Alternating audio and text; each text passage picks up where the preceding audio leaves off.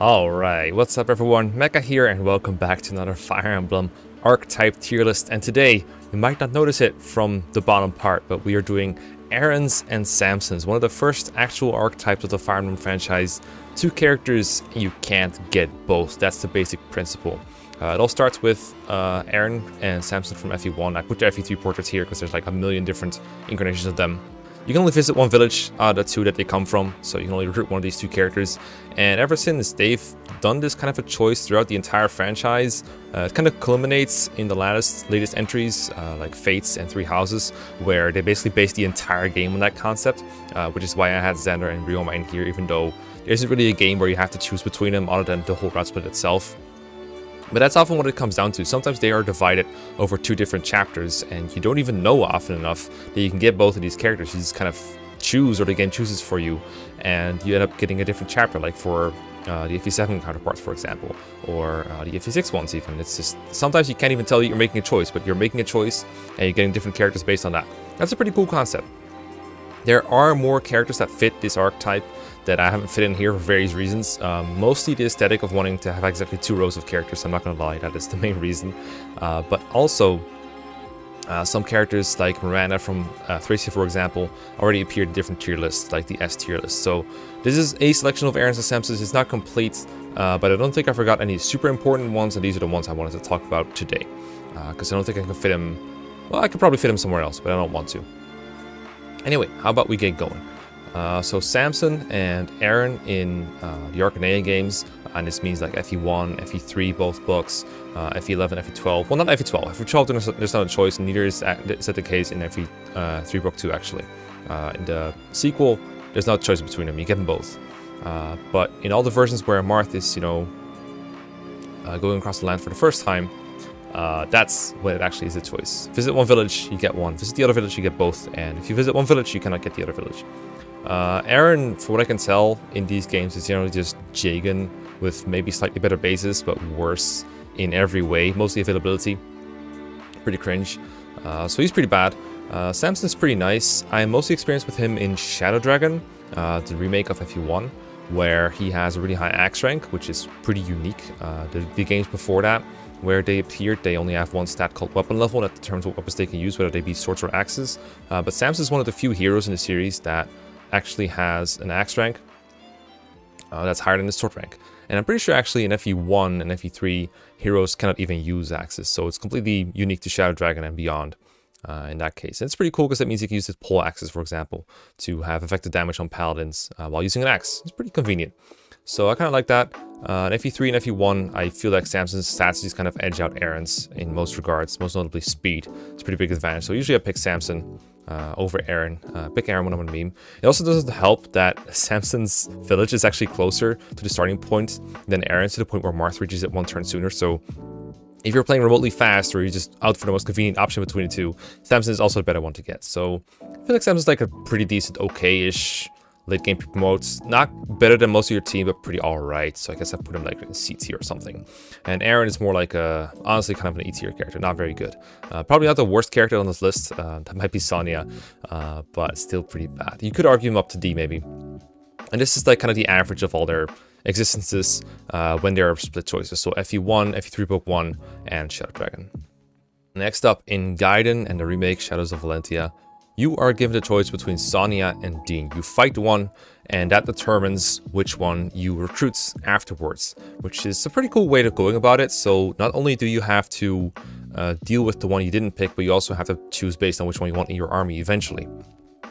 Pretty interesting in Shadows of Valentia mostly, because a lot of people consider one map harder than the other, and it kind of depends on who you ask which one is actually harder. Dane is a pretty difficult opponent to face. He has a Brave Sword in Shadows of Valentia, for example, which can hit really hard, and his army consists of like really fast, strong Myrmidons, whereas Sonya's team is like a bunch of witches, which are basically mages that can teleport, which sounds really annoying, and it can be, but there's ways to trivialize them, especially Echoes with like Katria, for example, to make him kind of a joke. So a lot of people will prefer one over the other based on that alone. Utility-wise, there's no contest that Dane is the better unit between the two. Dane is basically a slightly advanced version of the Myrmidons you already get in that game, like Saber and Kamui. If you trade them to the point where they're closer to getting Dreadfighter than Dean is, then you probably won't need Dean for anything. But if you haven't trained them, or perhaps they didn't turn out well, then you might want to use Dean. Although with the promotion bonuses that Valentia uses, or that Guiding uses too, it probably doesn't really matter if they turned out bad, because they will get elevated to their bases of the Dreadfighter class, which is so good that you don't really need them to have good level ups anyway. And Guiding growth is so bad that they're pretty likely to get bad level ups throughout their whole careers. So honestly, as long as you can get someone to Dreadfighter, you're good. And if you need someone to get the Dreadfighter fast, you haven't trained any, then Dean is a pretty good candidate. Sonya, you pretty much never really need to recruit. It would have been cool if Sonya was more like Noma, for example, where she was like a pre-promote Sage, and she could fill that gap in your army. But instead, she's really under-leveled Sage. It's more like you're kind of expecting Nino, you're kind of expecting Saleh or Pent. Instead, you get another Nino to work with. And raising under-leveled units in Guide and Echoes, at that point in the game, especially it's like late Act 3, is not really very convenient. And Sonya does have a pretty good, like, cool spell list with cool utility in there, but it's really hard to justify using her unless you just really like her, which I don't blame people for. But in tier list doesn't get you very far. So I think Sonya, a little bit worse than Arran, and then Dean, probably a little better than Samson, honestly. I could see him up here. I think this is where I put him in the biggest tier list as well. So I think to be consistent, I'm going to put him up here. He seems like a much better choice with 22. So there we go. So far, the Mercenary class is winning out. We're going to take a break from Mercenaries, though, and get to the FE4 units, Johan and Johalvir, or Luchar and Lucharba, I think. Their names start like with an I, but I'm not sure how to pronounce them. Not very used to their newest patches, so I'm going to go ahead and just name them with their old names for a second. Johan and Johalfa, because that's what I'm used to. Johalfir, not a common way to say their name. So they only appear in Generation 2 of Genealogy in the very first chapter you play, Chapter 6. After seizing the first castle, you can recruit one of them with Larse, the female sword unit, sword kit, sword twin in your army. And that will convert him to a blue unit, and it will convert all his friends to green units, and then the other ones, they will stay enemies like they've always been. And they will attack you, and they will join you if you talk to them with Larse because they have a crush on her. So whichever one you get to them first, that one you will get. And it's Genealogy, so you think Johan is the easy choice here, and he often is, because they're not great units. They're usable, but they're locked to using axes, which means the only weapon they really want to use is the Hero Axe, which you get in the same chapter. If you've used Lex in Generation 1, you kind of like the Hero Axe, but they feel like Lex at home, especially Johan, because he has the same class. They just don't stand out as much. They probably won't have a critical chance, because the Hero Axe, in my experience, doesn't usually reach 50 kills before your other weapons do. And with a lack of pursuit and just lack of notable stats in any kind of area, like they're not as amazingly bulky as Lexus, they don't have Paragon, it's kind of hard to like justify using them. I think what also doesn't help their unit feel is they're not kids, and they're also not like units you've seen before, like Oifi and Shannon, or units that you have some other kind of attachment to. They're not Leaf or Selef. They're just kind of dudes that you only just got to know. They're not as interesting to use for the first time when you compare them to like using kids or using Shannon, I think. They don't have holy weapons either. They just have some minor near blood. So they feel like knockoff units you don't really feel like using. And it kind of matches their gameplay as well, because they're just not that great at fighting to begin with. There are runs where you'd rather have Johalfir instead of Johan, most notably FE4 ranked runs. If you're playing those, I would actually recommend getting the foot unit, the fighter / warrior over the Axe Knight, because they're probably not going to be great in field combat anyway, but at least Johalfir is an advantage when fighting in the arena. In the arena, Johan, the only thing he can do really is use the Hero Axe and pray that he wins. He has advantage, but it's not going to do a whole lot if he's not two-shotting the enemy. Johalfir, though, once he promotes, he has the option of using bows as a warrior, which gives you an option, like a much easier time fighting in the arena. So that can help. Other than that, he has a cost, which isn't really worth very much. Also, it doesn't matter which one of their castles gives Nosferatu an aura. You can get Nosferatu for what's her name, Julia, either way, by seizing the right castle first. That's not an issue.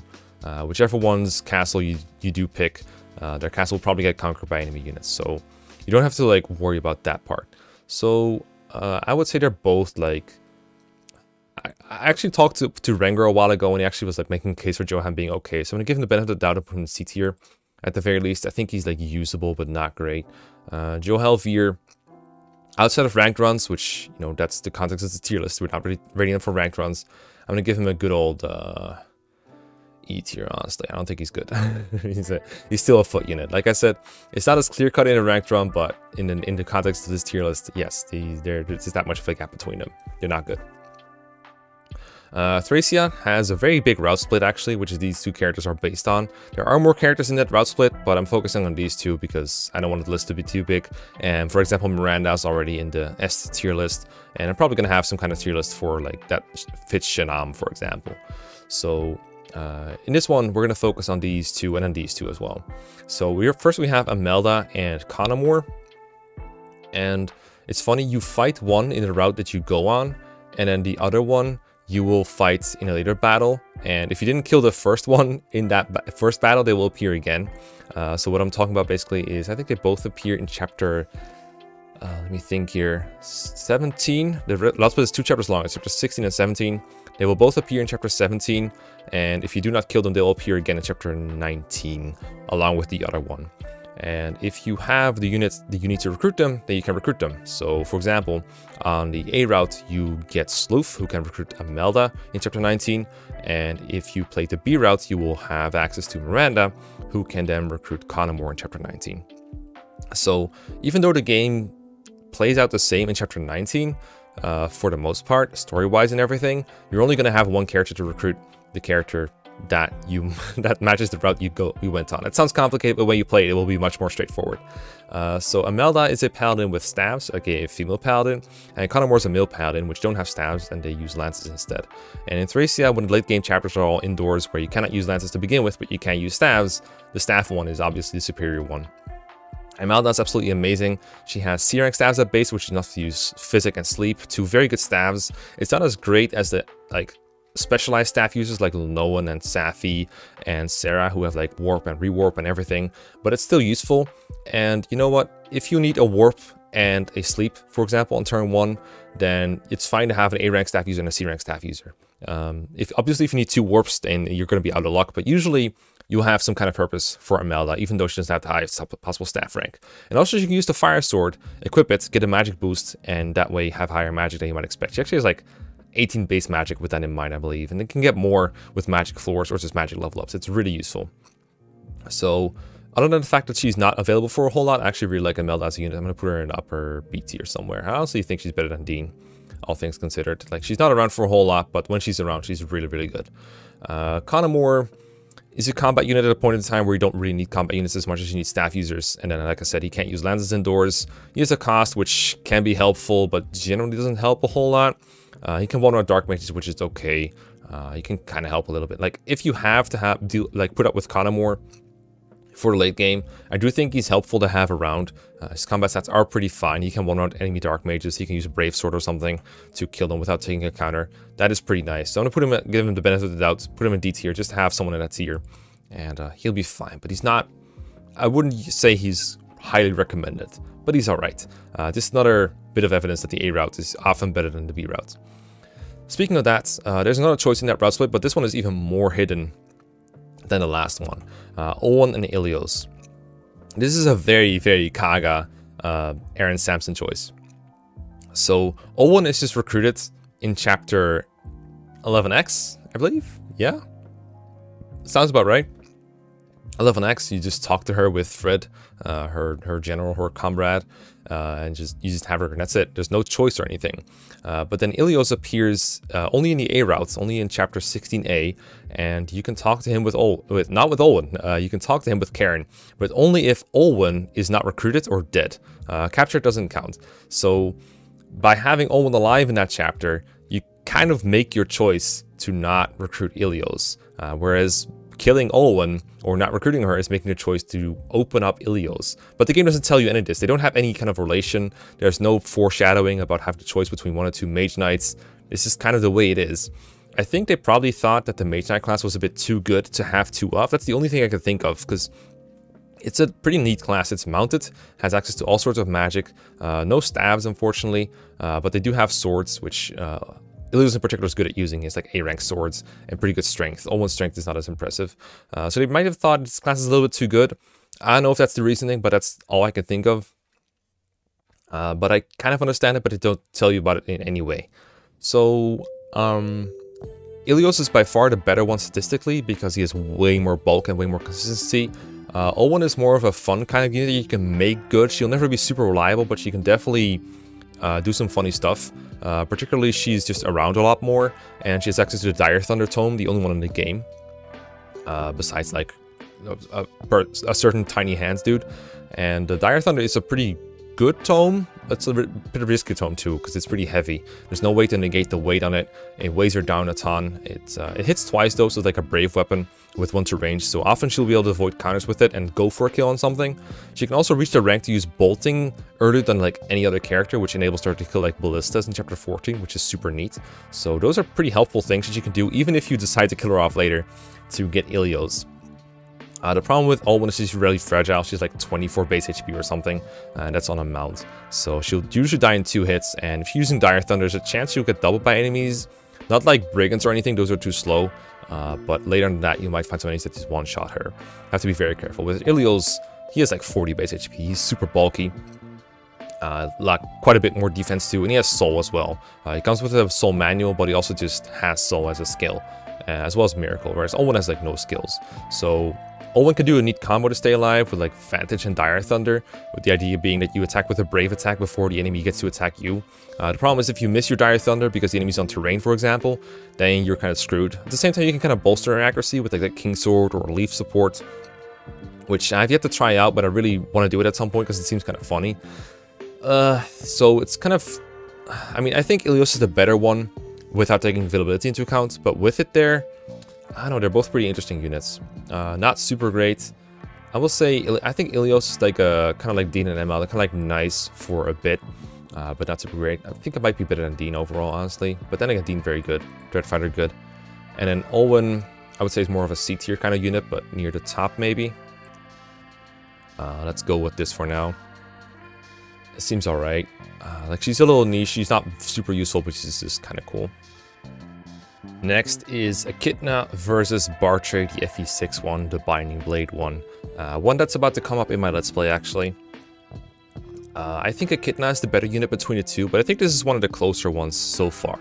Because even though Echidna is nice, she's fast, she's a female hero, which by the way is super cool. But she's fast, she one-shot kills a couple enemy types, or you can set them up for other people if you want that.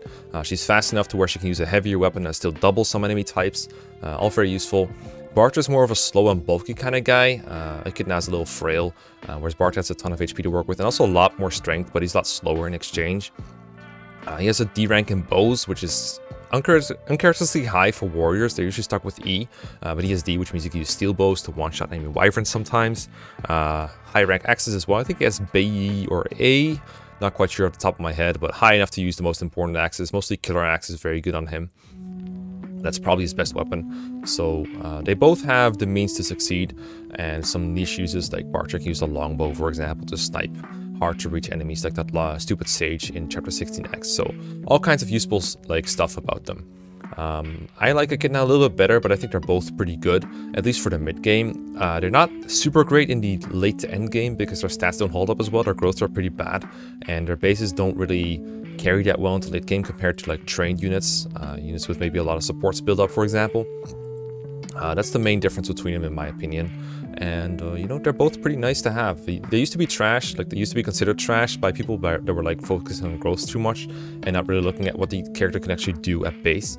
So, but now I think most people can rate them roughly how good they are, or rather, people see them for how good they can be.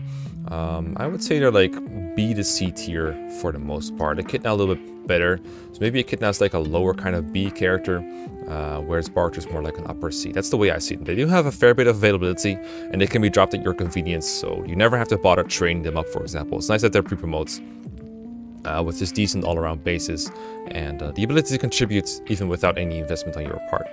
Pretty nice pair, and one of my favorite choices to make. By the way, I didn't really talk about it, but you get Echidna on what's called the A route by visiting the left village, or no village at all in chapter 9. You get these two villages in the upper right corner of the map, and one of them gives you an item, the other one gives you an item too, and the game doesn't really tell you about that, but then based on that, Roy decides to go to a completely different area on the Western Isles, one of them where he'll counter Echidna. And the other one for the right village, you encounter Bartra. If you don't reach those villages at all, you do go to the Echidna route, which is, in my opinion, the easier route to go.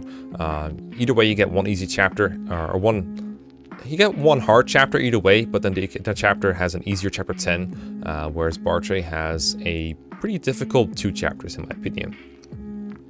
You also get a different dancer or bard depending on where you go, but since I already tiered the dancers and bards in another video, I feel like it's not really appropriate to tier them here. So I'm leaving those out for now. The other route split in FE6 is the Sakei versus Ilia route split, which occurs between chapters 17 and 20x, or 20 if you don't go to any guidance chapters. So basically 4 chapters for a playthrough where you go into guidance chapters. And how it's determined where you go is through the amount of experience between your nomads and your Pegasus Knights. So Shin and Su versus Thea and Shanna. And again, there's no conscious choice being made here. It's just basically depending on which characters you train and which you leave on the bench. I don't know what most people would do. I think a lot of people will end up in Sakei incidentally because the Nomads have a better first impression than the Pegasus Knights for the most part. People didn't really appreciate Shanna a whole lot when FE6 was first being discussed online. And Thea also was really very highly rated, whereas Su, a couple people like, some people don't. But Sin is universally loved as a unit. So I think if you don't think about this choice at all, you'll probably end up going to Sakei. Sakei is usually considered the much harder routes because Nomads are just harder to deal with than enemy Pegasus Knights. They're very fast, whereas the Pegasus Knights, they're sort of fast, but they're also weighed down by javelins and steel lances and axe reavers and stuff, so they're much less of a threat.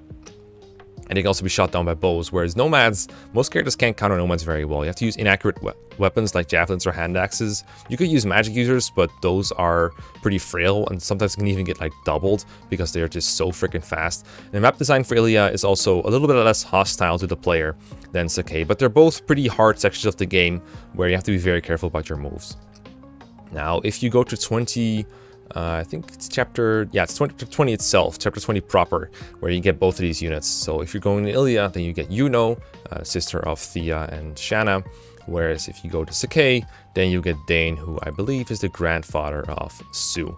Now Dane is much better at combat, but Yuno has interesting utility in one chapter in particular, chapter 21, where she can fly over mountains. Her combat is pretty atrocious because of her horrible base strength, and pretty much everything else about her is kind of bad too. Like the only stat that's even remotely good, I believe, is her speed. Like combat is not her forte, but you know me, I like flying a lot. It's still pretty useful. So Yuno used to be at like the bottom of tier list, whereas now it's like more of a C-D kind of region. Whereas Dane, his only real drawback is his availability. If we don't take into account the fact that you don't really want to go to Sakei if you want to have an easier time, if we just leave that aside for a moment, then Dane is a pretty solid unit to have for at least a couple chapters.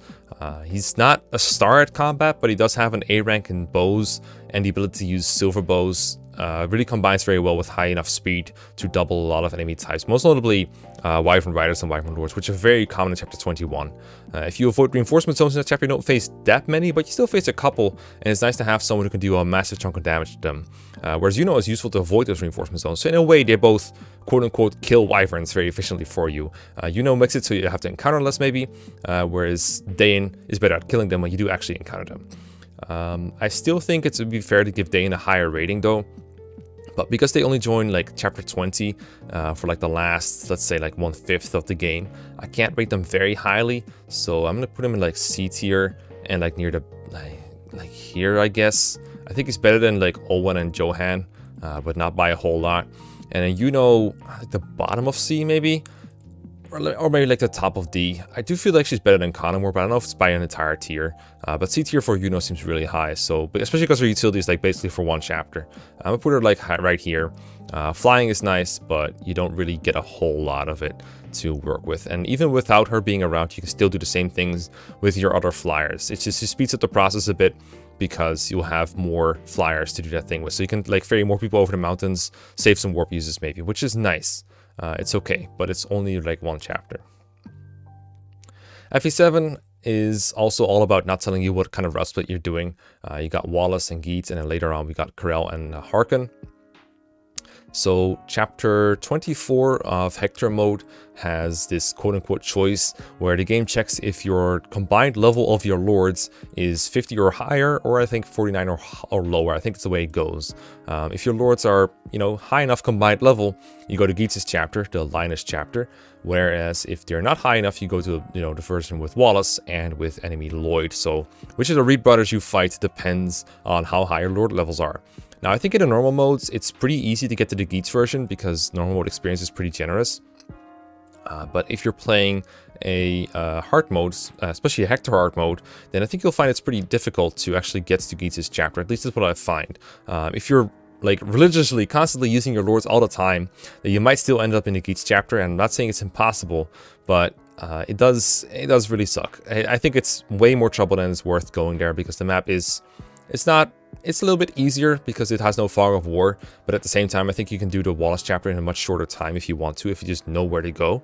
I have like I wouldn't say a whole video dedicated to it, but I have the Lynn video up, the pair of Lynn analysis videos, and in the second one of those, I explain the differences between these two maps in a little bit more detail. But my point is, I don't think it's worth training your lords all the way just to go to the Geats chapter, but I will say that Geats is a much better unit than Wallace in a vacuum. Like, if we don't care about recruitment costs for a moment, he is a way stronger fighter. Geats is a warrior with pretty good HP and strength, not as high as Hawkeye's, but still pretty good. But the big difference between him and Hawkeye is that he has slightly more speed, so usually just the right amount of speed to double most enemy types.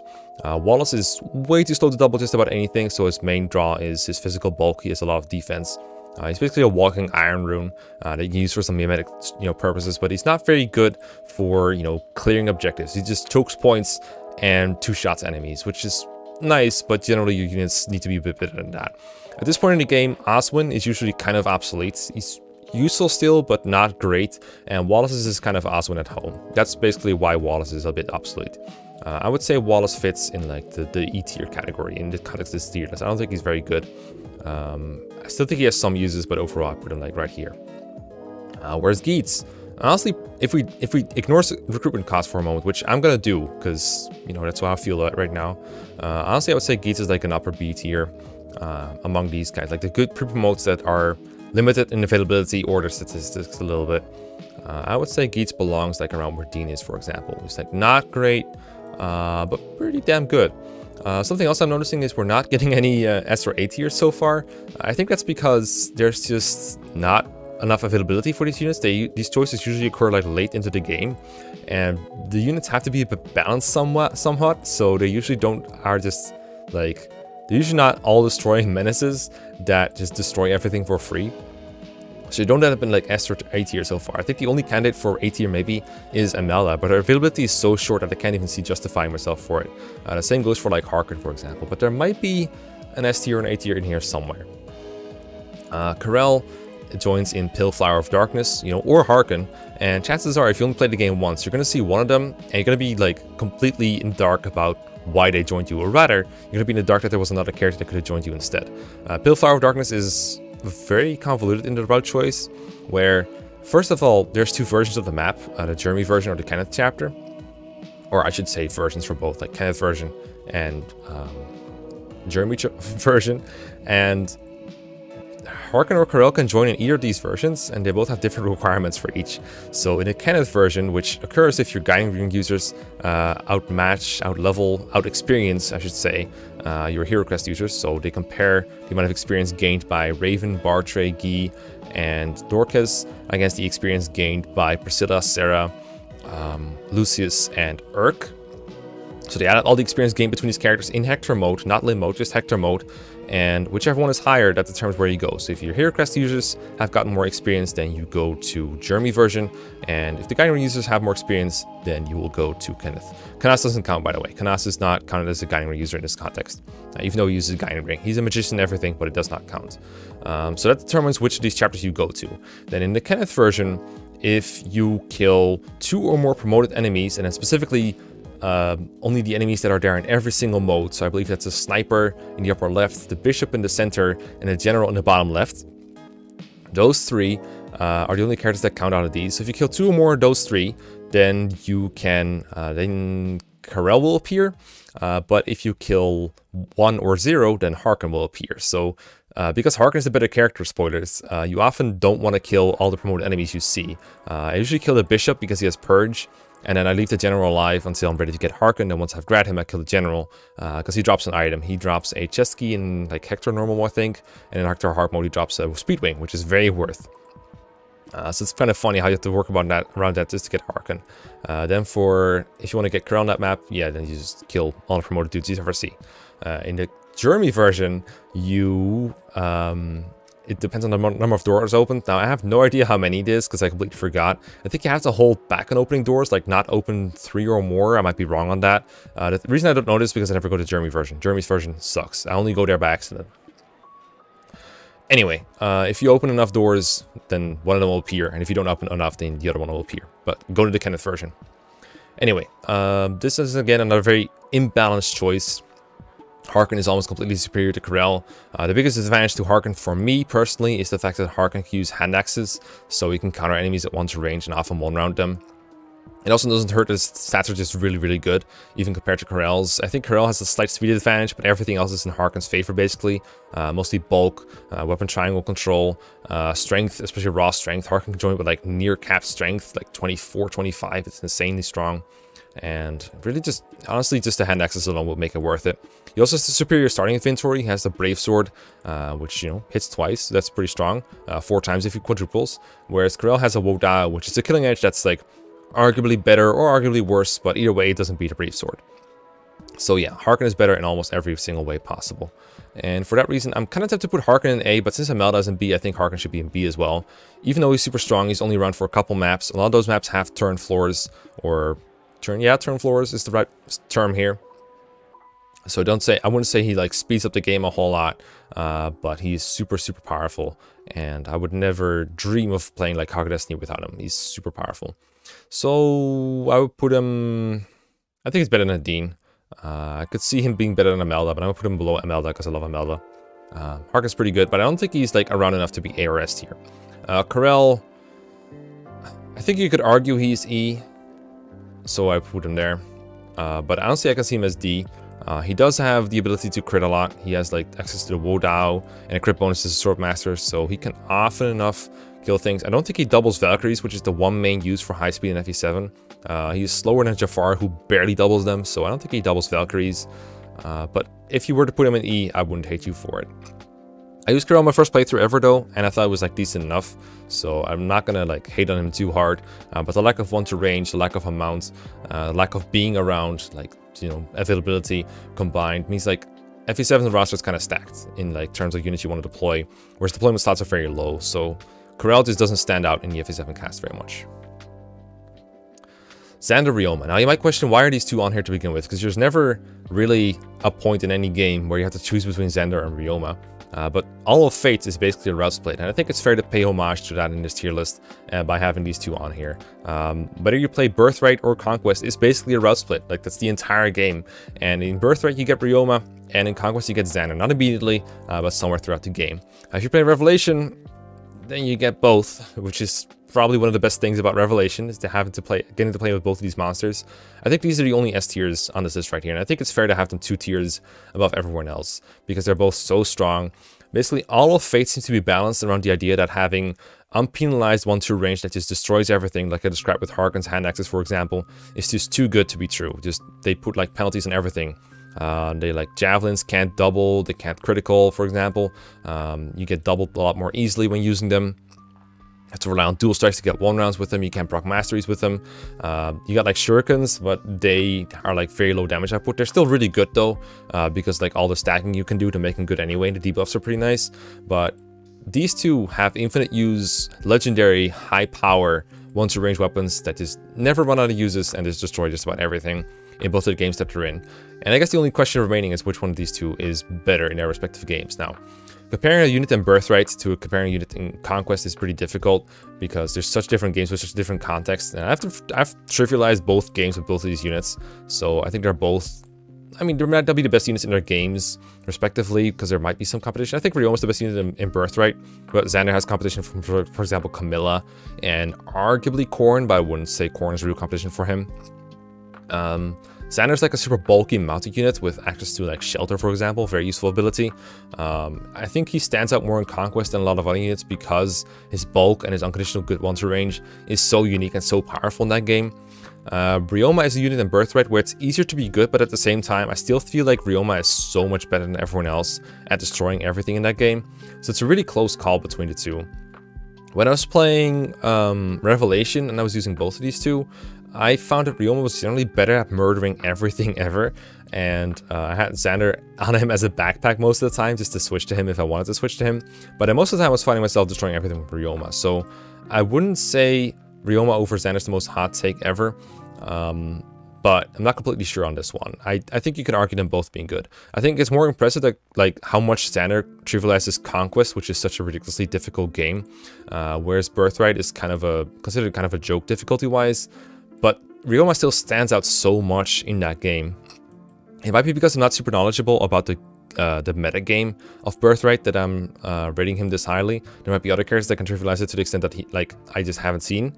But this is kind of how I would put them. Is Ryoma ahead of Xander by a tiny little bit, but they're both so strong. I mean, there's a reason they're ahead of everyone else here by an entire tier. Whew! And that's the Samsons and the Arrans for you, the whole squad. There's probably more that I could tier on here, but I think these are the most iconic ones, the ones that I wanted to discuss the most. Hope you enjoyed it. Let me know if you disagree with anything. Let me know if I should have included more of these. I'm sure someone will argue that some of the characters I left off should have been on here, but that's okay. That's fine. Difference in opinions, all good. Anyway, let me know what archetypes you want me to tackle next. I got some good ideas for future ones, courtesy of my Patreon, so thanks for that. But until then, I'll see you around. Peace and goodbye.